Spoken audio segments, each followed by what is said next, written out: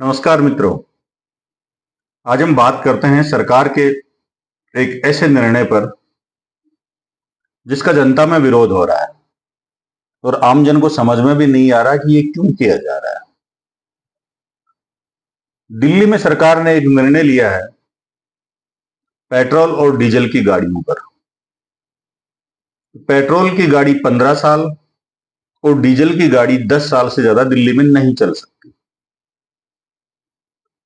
अगर आपकी डीजल की गाड़ी 10 साल पुरानी हो गई, पेट्रोल की गाड़ी 15 साल पुरानी हो गई, तो अब सरकार ने क्या किया है कि पेट्रोल पंपों पे एआई कैमरे लगा दिया। वो आपकी गाड़ी की एज स्कैन करते हैं, गाड़ी सही है, रेंज में है तो आपको ईंधन मिलेगा, पेट्रोल डीजल मिलेगा, नहीं तो आपको पेट्रोल डीजल नहीं मिलेगा, आपकी गाड़ी सीज हो जाएगी।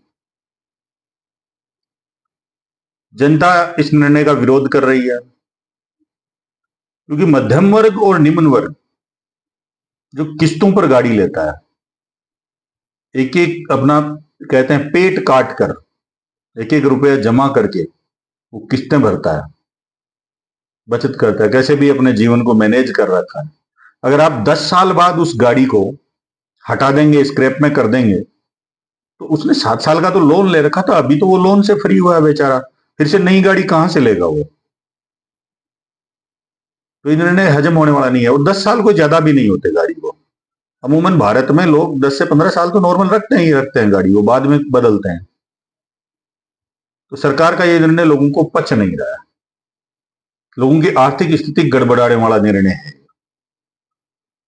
और दिल्ली में लगभग इस फैसले की रेंज में 62 लाख के लगभग वाहन आ रहे हैं, प्रभावित हो रहे हैं इस निर्णय से। 62 लाख के लगभग, जिनमें से 40 लाख के लगभग टू व्हीलर है, बाकी फोर व्हीलर है। इतनी बड़ी संख्या में गाड़ियों को अगर आप स्क्रैप में बदल देंगे तो एक मजाक ही हो जाएगा ना जनता के साथ। लोगों का आरोप है कि बड़ी कंपनियों की गाड़ी कंपनियों को फायदा पहुंचाने के लिए निर्णय लिया गया है, पर्यावरण की आड़ में। आपको पर्यावरण से दिक्कत है तो टाइम टू टाइम गाड़ियों को चेक करवाओ, अपने सिस्टम को ठीक करो, फर्जी पीयूसी बनते हैं उनको रोको। गाड़ी सही नहीं चल रही तो उसको हटाओ, समझ में आने वाली बात है। लेकिन 10 साल में अगर एक डीजल गाड़ी ओके चल रही है और आप उसको हटा रहे हो अच्छी कंडीशन में, तो फिर वो तो गलत बात है। ऐसे निर्णयों का फिर विरोध होना लाजमी है। दूसरी बात, लोगों का यह भी कहना है कि इस निर्णय को सरकारी वाहनों पर लागू क्यों नहीं किया जा रहा है। जो सरकारी रोडवेज चलती है या फिर अदर सरकार के व्हीकल हैं, गाड़ियां हैं, उन पे क्यों लागू नहीं किया जा रहा। क्या उनसे पोल्यूशन नहीं होता? वो पोल्यूशन फ्री चलती हैं। तो ये भी एक सोचने वाली बात है कि सरकार खुद के तो अंदर झांक नहीं रही और गरीब जनता पे लोड डाल रही है। ऐसा ही निर्णय एक पिछले टर्म में केजरीवाल सरकार ने लिया था, ओड इवन करके। मतलब आपको दो गाड़ी रखनी होंगी, एक दिन ओड चलाएंगे, ओड नंबर की गाड़ी चलाएंगे, एक दिन इवन नंबर की गाड़ी चलाएंगे। क्या ये तुगलक की निर्णय गया केजरीवाल। कहीं सरकार को भी ये निर्णय भारी न पड़ जाए। ऐसे निर्णय जनता राय मशवरा करके लेने चाहिए। अभी भारत में परिपक्वता नहीं है इतनी ऐसे निर्णयों को झेलने की। सरकार को यह बात सोचनी चाहिए। आपकी गाड़ी अगर 10 साल पुरानी हो गई और सरकार ने कह दिया कि अब इसको हटाओ, तो आपके पास ऑप्शन क्या बचता है? आप कबाड़ी को दो, स्क्रैप में डालो उसको। स्क्रैप में डालोगे तो उसकी कीमत नाम मात्र की बचेगी। आपको 20-30 हजार रुपए कबाड़ी दे देगा और गाड़ी ले लेगा। आप उस 20 हजार को हाथ में लेके ठगा सा महसूस करोगे कि मेरे साथ क्या हो गया है, मैंने ऐसा कौन सा गुनाह किया था।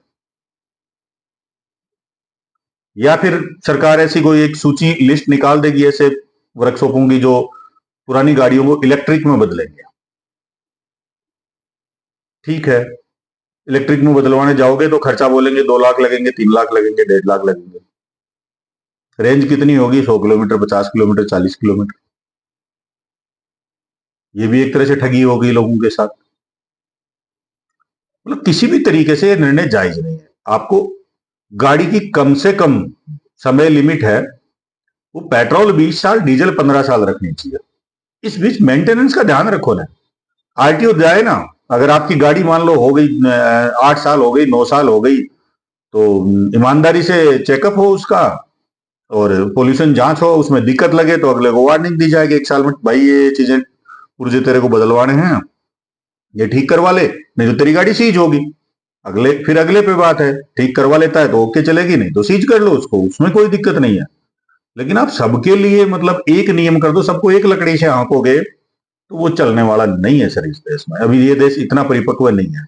अरे विदेशों में कहां है ऐसा नियम? अमेरिका जैसे देशों में 30-30 साल से गाड़ियां घुमा रहे हैं लोग, और आप कहते हो कि हम 10 साल से ऊपर गाड़ी नहीं चलने देंगे। ये गलत है। दोनों ही विकल्प स्क्रैप और इलेक्ट्रिक में बदलना जनता के लिए भारी नुकसान की बात है। अब नई गाड़ी लाने 10 साल बाद अगला जाएगा, उसके तो वही किस्तें चालू हो जाएगी, वो घर के होम लोन की किस्त चुकाए, बच्चों को पढ़ाए, या फिर आपकी फिर गाड़ी लेता फिरे, या फिर वो पैदल जाए, जिससे उसका जीवन दुर्गम होगा। किसी को 10 किलोमीटर काम पे जाना है, किसी को 15 किलोमीटर काम पे जाना है, तो डिस्टर्ब तो वो होगा ही होगा। या फिर सरकार एक फैसला लाए कि दिल्ली शहर में कोई पर्सनल गाड़ी नहीं,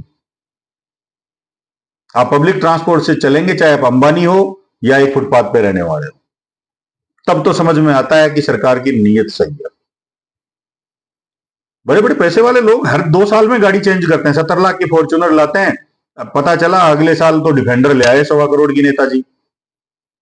उनको फर्क नहीं पड़ता सर, उनके लिए लगाइए नियम, 6 महीने में बदलनी पड़ेगी आपको, उनके लिए लगाइए नियम, 6 महीने का लगाइए। लेकिन जनता पे ऐसे नियम थोपेंगे तो ये चलेंगे नहीं। अभी गडकरी जी का एक फास्टैग पे निर्णय आया था, उसमें सरकार की और गडकरी जी की वाहवाही चल ही रही थी कि सरकार से वाहवाही हजम नहीं हो पाई, और ये गाड़ियों वाला ले आई कि अब तो बस भैया वाहवाही बहुत हो गई, अब हमें लतियाओ, हम इसी लायक हैं। मतलब पता नहीं ऐसी कमरों में बैठ के कौन इनको ऐसे निर्णय लिखवाता है, कौन इनको ऐसे बातें बताता है। हो सकता है जिस आदमी ने ये निर्णय लिखा हो उसकी खुद की गाड़ी 15 साल से ऊपर चल रही होगी, सरकारी गाड़ी, फिर भी वो चला रहा होगा, लेकिन लिख दिया निर्णय साहब। कुल मिलाकर सरकार को इस पर पुनर्विचार करना चाहिए। ऐसा नहीं होना चाहिए। गाड़ियों में रियायत देनी चाहिए, 5 साल की और रियायत देनी चाहिए।